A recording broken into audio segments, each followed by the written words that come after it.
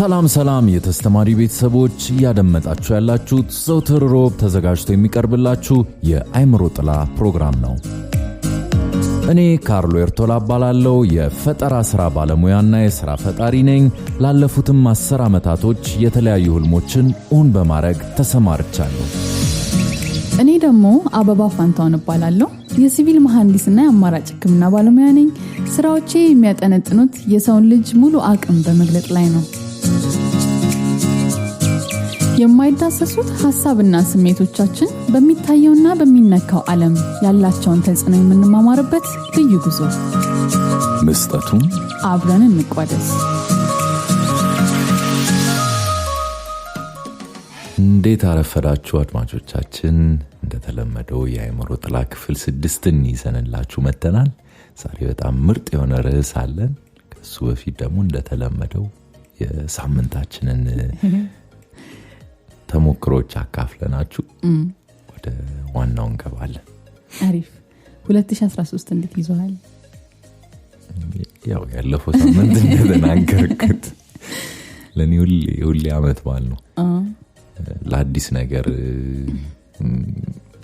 አጋጣሚ መጠበቅ ያው አሪፍ ነው። በእርግጥ በየቀኑ ደግሞ አዲስ ነገር አለ። ለለውጥ ሁሌ ክፍተት እንዳለ ማወቅ አሪፍ ይመስለኛል። እውነት ነው። እንግዲህ የአዲሱ አመት ሁለተኛ ሳምንቴ አሁንም በፈተና ነው ያለፈው። በጥናት ላይ ነበርኩ። ቆንጆ ጊዜ ነበር፣ ግን ጥሩ ጊዜ ነበር ያለፈው። ማወራችሁ አዲስ ያየሁት ፊልም ወይም ሌላ ነገር ስለሌለኝ እድሉን ለካርሎ አሳልፌ እሰጣለሁ። ሰሞኑንም ብዙ ከተማችን ላይ ለውጦች ተካሂደዋል ይመስለኛል። የአስቸኳይ ጊዜ አዋጃችንም 2 ሳምንት ሆኖ መሰለኝ ከወረደ። ትንሽ ቆየት ብሏል። ያው ሲገርመኝ ነበር። እኔ እንደውም እንዴት ነው የሞት የታማሚዎች ቁጥር በጨመረ ቁጥር እንዴት ነው አዋጁ የሚወርደው ሳስብ ነበር። ግን በአገራችን ኢኮኖሚ ሲታይ ትርጉም ያለው ትምህርት ቤቶች የሚከፈቱ ስለተባለ ግድ ትራንስፖርቴሽን ስለሚያስፈልግ እንደዛ ይመስለኛል። እንግዲህ ብዙ ሰው ሲንቀሳቀስ ሳይው ብዙ ሰው እንደጠፋ ነው። ኮሮና የሚባል ነገር እንደሌለ ነው የሚንቀሳቀሰው። የመከላከል አቅማችንም ትንሽ ከፍ ያለ ነው መሰለኝ። እንደሱ ቢሆን ይሻላል። በራስ መተማመናችን ከፍ ብሏል። እንደሱ ቢሆን ነው የሚሻለው። እንጽናና እንጂ እንደሱ እያልን እና እሱ ሲገርመኝ ነበር። ሳምንትሽን ጨረሽ? ወደ ሌላፍ የኔ ሳምንት አሪፍ ነበር። 2 ገጠመኞች እንደተለመደው ጎልተው ወጥተዋል። አንደኛው ቼስ መጫወት ጀመርኩ። ከሞዳቸው ጨዋታ አንዱ ነውና ባለፈው ሳምንት ጋሪ ካስፓሮቭ የሚባል የዓለም ሻምፒዮን አለና ከሱ የሆነ ማስተር ክላስ አግኝቼ ስከታተል ነበር። እና በቅርቡ በጣም ሀያል የሆነ የቼስ ተጫዋች እየመጣ እንደሆነ እንድታቁልኝ በጣም በዚህ አጋጣሚ ላሳውቅ እፈልጋለሁ። ከሱ ውጪ ምንድነው እሁድ ለታ የሆነ የጸሐፊ ግሩፖች አለ መሳተፍበትና ተገናኝተን በጣም አሪፍ ጊዜ ያሳለፍን። ተወያየን፣ አነበብን፣ ምግብ በላን፣ ሙዚቃ ተጫወትን። በጣም ተዝናንቼ እንደ ትንሽ ልጅ ጓጉቼ ቤት የገባሁበት አጋጣሚ ነበር። ሳምንቴ ይህንን ይመስል ነበር። አሪፍ ሳምንት ነው ያሳለፍ ነው። አንቺማ ፈተና ላይ ተወጥረሽ ነበር። ሳምንቱ እንዴት እንዳለፈም ትዝ የሚልሽ አይመስልኝ። የሚገርም ረጅም ይመስላል፣ ግን አሁን ለማሰብ ስሞክር በቃ ያረኳቸው ነገሮች ውስን ናቸው። ዛሬ ምን ላይ ነው የምንወያየው? ዛሬ እንድንወያይ ያሰብኩት ብዙ ጊዜ የምንጠቀመው ቃል ነው፣ ግን ውስጡ በጣም ጥልቅ የሆነና ለህይወታችን ትልቅ ተጽዕኖ የሚያደርግ ትርጉም አለ። ስለ እኔ ነው የምናወራው፣ ስለ እኔነት። እስቲ እኔ ሲባል አሁን ያው ብዙ ጊዜ የምንጠቀመው ቃል ነው እንዳልኩት። ምን ይመጣል አይምሮሽ? እኔነት ሰፊ ነገር ነው ለኔ። እኔነት በተለያዩ መንገዶች ልፈታው ይችላል ይሆናል። የማይበት መንገድ ጠበብ ያለውን ነው የምትፈልገው፣ የሰፋውን ነው የምትፈልገው? የተሻለ እስቲ ከሁለቱም ትንሽ ብታጋሪኝ ደስ ይለኛል። እንግዲህ እኔነት በዚህ በሚታየው ማንነት የሚገነባ አለ። በስጋዊ ማንነታችን እዚህ ዓለም ላይ በምንኖርበት ወቅት ቤተሰቦቻችን የሚሰጡን እኔነት አለ። ስንወለድ ጾታችን የሚሰጠን እኔነት አለ።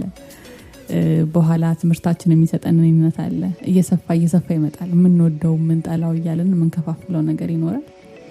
እነሱ እኔነቶች አሉ። ጠለቅ ያለውን ካልከኝ ግን ይሄንን የስጋዊ ማንነት እኔ እንዲል የሚያደርገው ነፍስ የሚዘራበት ነገር ደግሞ አለ። በሃይማኖት ዙሪያ ያለው እኔነት ማለት ነው ነፍስ የሚባለው። በሃይማኖት ብቻ ነው ብለን ያው ብዙ ጊዜ በሃይማኖት ነው የተለመደው። የሚገልጹልን እነሱ ናቸው። የሰው ልጅ ስጋ ብቻ አይደለም ብለው የሚያስተምሩን እነሱ ናቸው። ስለዚህ ምናልባት ከሃይማኖት ጋር ልታያይዘው ትችል ይሆናል እንጂ እሱም ማንነት አለ እኔ ውስጥ።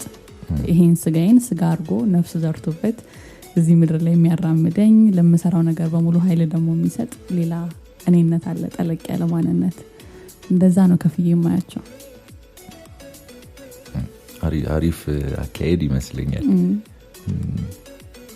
የሚገነባው ማንነት ላይ በደንብ እስማማለሁ። ምናልባት እሱ ላይ መጨመረው ምንም ባዶነት የሚለው ቃል ከእኔነት ጋር በደንብ ይገናኝልኛል። እኔ እንደውም የሆነ ሰሞን ግጥም ጽፌ ነበር። ይህንን ውስጤ ስለ እኔነት ያለኝን ሀሳብ ወደ ውጭ ምን ብጠቀም አስተላልፈዋለሁ በሚል ነው የጻፍኩት ግጥሙንም። እና እዛ ላይ ከምን ጋር አስተያያለሁ እኔነትን? ውሃ ያለ ውሃ ጣዕም እንደማይተላለፈው፣ ያለ አየር ሽታ እንደማይተላለፈው፣ ተሞክሮም ያለ እኔነት መተላለፍ አይችልም።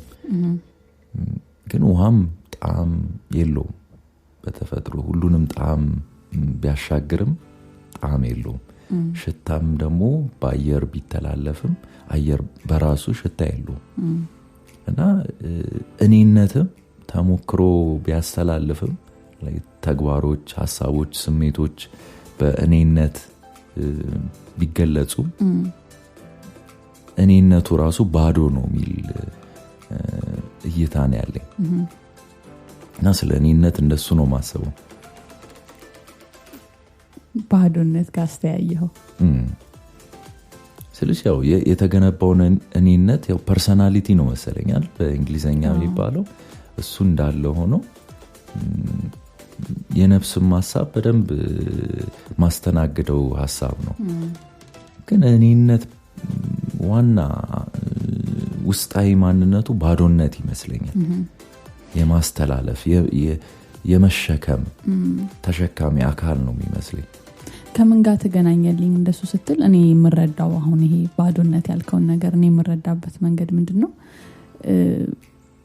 ብዙ ጊዜ ራሴን እኔ ይሄ ነኝ ብዬ የማስበው ነገር አለ።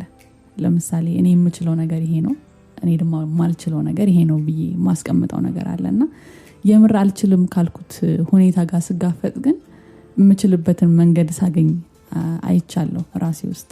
እና ምናልባት ይሄ ባዶነት ያልከው ነገር የመጣለትን ነገር ሁሉ የመያዝ አቅም ያለው ወይም ደግሞ ስራ የተባለውን አርግ የተባለውን ነገር ሁሉ የመሆን አቅም ያለው ነገር እንዳለ ይታየኛል እኔነት ውስጥ። ምናልባት ባዶነትን በሱ ነው ልረዳው የምችለው። እኔ እንዳልከው ውሃ ጣዕም የለውም ግን ጣዕምን ያስተላልፋል። አየር ሽታ የለውም ግን ሽታን ያስተላልፋል። ልክ እንደዛ እኔነትም ይሄ ነው የሚባል ነገር የለውም ግን ማስተላለፍ ያለበትን ነገር ሁሉ ማስተላለፍ ይችላል። ምናልባት ግን አንቺ ከተናገርሽው ጎን አንጻር እኔ ነኝ ይሄ ነኝ ስንል ምንፈጥረው ገደብ እንዳለ ግዛትም አለ። እኔ ማይል ሰው ብዙ ጊዜ ከዙሪያው ላይ ምንም አይነት ግዛት እንደሌለው አያምንም። እኔ ማለት ሲጀምር ግን የሆነ እዚህ ዓለም ላይ ያለው ተጽዕኖ እየጨመረ ይመጣል። ግን በዛው ልክም ገደብም ላይ ያርፋል ማለት ነው። እና የሚገርመኝ ነገር ከሚያስገርሙኝ ነገሮች መሀል እሱ አለ።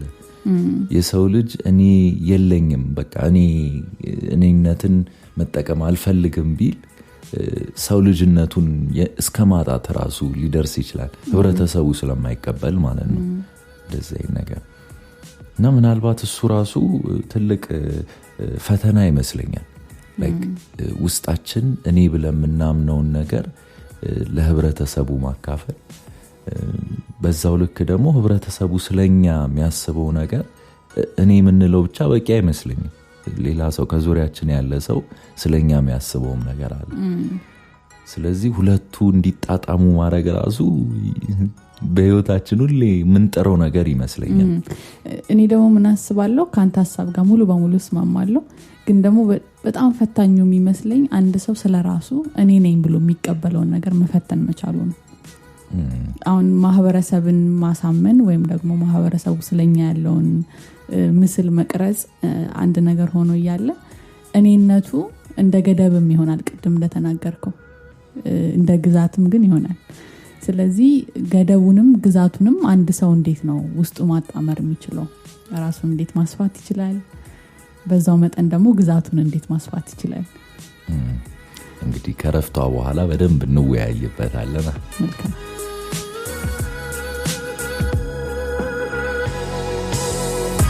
የማይዳሰሱት ሐሳብና ስሜቶቻችን በሚታየውና በሚነካው ዓለም ያላቸውን ተጽዕኖ ምንማማርበት ልዩ ጉዞ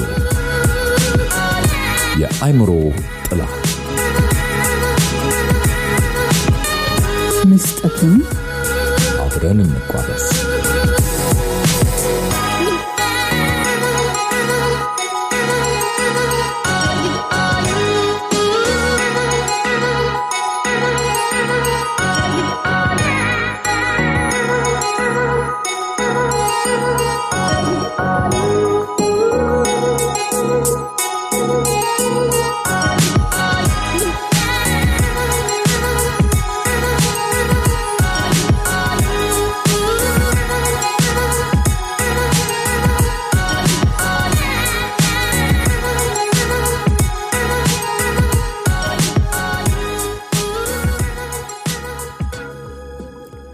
ካፍታ ቆይታ በኋላ ተመልሰን ተገናኝተናል።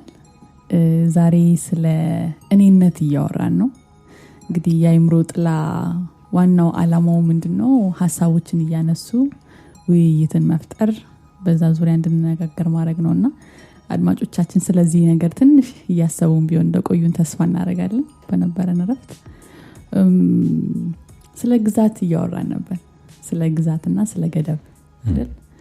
እና እኔነትን ውስጣችን መፈተን መቻሉ ይመስለኛል ትልቁ ነገር እያልኩ ነበር ከረፍት በፊት። ልክ ነው። በደንብ ወድጃለሁ እሱን ሐሳብ። በእኛ ሀገርም ሁኔታ ስናየው ግን ህብረተሰቡ የሚያወርሰን ማንነቶች አሉ። ገና ነፍስ ምንድነው የሚባለው ነፍስ አውቀን ለመወሰን ብቁ ሳንሆን በፊት ምንወርሳቸው ማንነቶች አሉ። እንደ ሃይማኖት፣ ዘር፣ ብዙ ነገሮችን ከቤተሰቦቻችን ከዙሪያችን እንወርሳለን። እና አንዳንዴ መጠየቁ አሪፍ ነው። በመጠየቅ አምናለሁ፣ ሁሌ የምናገረው ነገር ነው። ግን አንዳንድ ነገሮች ደግሞ እንደ መሰረት እነዛ ነገሮች ባይኖሩ እዛ ጋር ሚዛናችንን የምናጣበት ሁኔታ ይፈጠራል። አሁን ለምሳሌ ተነስተን እስከ ዛሬ የነበርኩት ማንነት አልተመቸኝም፣ ስለዚህ ቆሻሻ ውስጥ ልጣለውና አዲስ ማንነት ልልበስ ብንል እንደ ልብስ ቀላል አይመስለኝም። ጀስት ልብስ አውልቀን ጥለን አዲስ ልብስ እንደመልበስ አይመስለኝም። ያው ልብስ ራሱ እኮ ይከብዳል አይደል? ያለመድነው አይነት ልብስ ስንለብስ እኮ ሰውነታችን ራሱ ይጨነቃል። እኔ ላይ እኮ አይሆንም ምናምን ብለን ከጊዜ በኋላ ነው ምን ለምደው አዲሱን ልብስ። እና የማንነት ነገሩ ደግሞ ከሱ በጣም ይወሳሰብ ይመስለኛል። በተለይ እነዚህ የሚገነቡት ነገሮች አንድ አገላለጽ ሳዱ ጉሩ የሚባል ሰው ታውቃለህ? በዩቲዩብ ብዙ ጊዜ የሆነ ህንድ ሰውዬ ነው ጺማ እና የሚያስተምራቸው አስተምሮቶቹ በጣም አንዳንድ ጊዜ ያስገርሙኛልና እንደዚህ ስለ ማንነት ወይም ስለ ፐርሰናሊቲ ስለሚገነባው ማንነት የሚያወራው ነገር አለ። እንደ ቅድም እናንተ እንዳልከው አንተ በልብስ ነው የገለጽከው፣ እሱ እንደ ማስክ ነው የሚቆጥረው፣ እንደ ጭምብል ነው የሚቆጥረው። እና ያንን ጭምብል ስንፈልግ አውልቀን ማስቀመጥ ካልቻልን ትልቅ ችግር ውስጥ ነን ይላል። ከዛ ውስጥ ያለው ቅድም አንተ ያልከው ነገር አለ፣ ማንነት ባዶ ነው ወይም እኔነት ባዶ ነው ያልከው ነገር አለ፣ ወደ ጥልቀቱ ስንገባ ማለት ነውና ያንን ባዶነት እድል መስጠት የማያስችለን ከሆነ የምናደርገው ጭምብል፣ ለምሳሌ እኔ ዘሬ ይሄ ነው፣ ስለዚህ አንተ ዘርህ ሌላ ነው፣ ስለዚህ እኔ እናንተ አንድ የሚያደርገን ነገር የለም ብዬ ማሰብ ስጀምር ውስጤ ያለውን ያንን እኔነት ያንን ባዶነት እድል እየሰጠሁት አይደለም፣ እንዲሰፋ እንዲለጠጥ ግዛቴ እንዲጨምር እድል እየሰጠሁት አይደለም፣ ገደብ ይሆንብኛል። ፍቅርን ላንተ ከመስጠት ካንተም ደግሞ ፍቅርን ለመቀበል ገደብ ይሆንብኛል። እና ልክ እንዳልከው ልብሱ ሲቆሽሽ ወይም ሲያስጠላን አውልቀን መጣል ካልቻል ወይም ደግሞ ለምንፈልገው ነገር ማድረግ ለምንፈልገው ነገር እንዲኖረን ለምንፈልገው ነገር ገደብ ሲሆንብን አይተን ቆይ ይሄ ነገር ገደብ እየሆነብኝ ነው እየጠቀመኝ አይደለም ብለን ወደ ጎን ማድረግ ካልቻል ትልቅ ችግር ውስጥ ነን አይደል? ማስኩ ላያችን ላይ እንደተጣበቀ ነው ማለት ነው። እንደሱ ገጥሞሽ ያውቃል? እንደሱ አይነት ሁኔታ መላቀቅ ያቃተሽ ገጠመኝ ነበር? ወይ ሌላ ሰው ከዙሪያሽ መላቀቅ አቅቶት ሲገድብ ራሱን ያየሽበት ሁኔታ አለ? ሰዎች ላይም ብዙ ጊዜ ያጋጥመኛል። ግን እኔ ስለ ራሴ ማውራት ይሻለኛል በእንደዚህ አይነት ሁኔታዎች ውስጥና ለምሳሌ መሐንዲስ መሆን ለኔ ሩቅ ነገር ነበር። ግቢ ሆኜ ስማር ራሱ ምንም ልገናኘው ያልቻልኩት ሐሳብ ነበር። ራሴን እንደ መሐንዲስ ማየት አልቻልኩም። ስለዚህ ውስጤ ላይ ያለው ያ ገደብ ራሴን እንደ ሐኪም ነበር የምቆጥረው፣ እንደ መሐንዲስ ራሴን አይቻላቅምና ያንን ትምህርት በመማርበት ወቅት ትልቅ መሰናክል ነበር ለኔ፣ ትልቅ ገደብ ነበር። ውስጤ ላለው ባዶነት ወይም ለዛ አቅም እድል አልሰጠውም ነበር። ያንን አይቼበታለሁ በራሴ ተሞክሮ። በጣም ብዙ ሰው ከዚህ ነገር ጋር የሚገናኝ ይመስለኛል። ከተሞክሮ ጋር ሳይፈልግ የተማረው ነገር ሊኖር ይችላል ወይ ውስጡ ይሄ የኔ ሙያ ነው ብሎ ያልገባበት ነገር ይኖራል።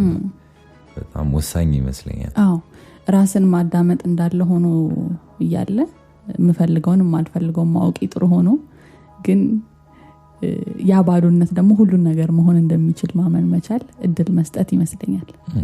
ከሱ ሁሉም ነገር የሚጀምር ይመስለኛል። ግን በየአፍታው በእያንዳንዱ አፍታዎች እኔነት ሚለውን በደንብ በግልጽ ምናቂ ይመስለኛል። ያን ያንቻውን ሕክምና ውስጥ መግባት ፈልጋለሁ ብለሽ እርግጠኛ እንደሆንሹ ሁሉም ሰው እንደዚህ አይነት እርግጠኝነት ያለው ይመስለኛል።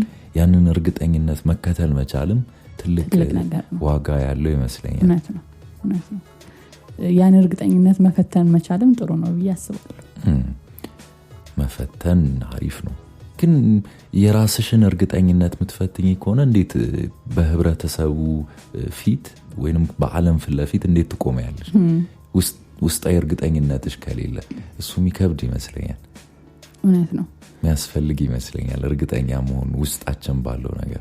ግን የእውነት ውስጣችን ነው ያለው ወይ ነው ጥያቄው? እሱን ማጣራት ያስፈልጋል። ሰዓታችን እየተጠናቀቀች ነው። እንግዲህ በሚቀጥለው ሳምንት በተለመደ ሰዓት በተለመደ ቀን በሌላ ርዕስ እንገናኛለን። መልካም ሳምንት። ሐሳባችሁንና ጥያቄዎቻችሁን ለማቅረብ በፌስቡክ በቴሌግራም እና በሊንክድኢን ማህበራዊ ገጾቻችን @ተስተማሪኢቲ ብለው ይከተሉን። እንዲሁም ቀጣይ የአእምሮ ጥላ ክፍሎችን ለመከታተል ሰብስክራይብ አድርገው የደውል ምልክቷን መጫን አይርሱ።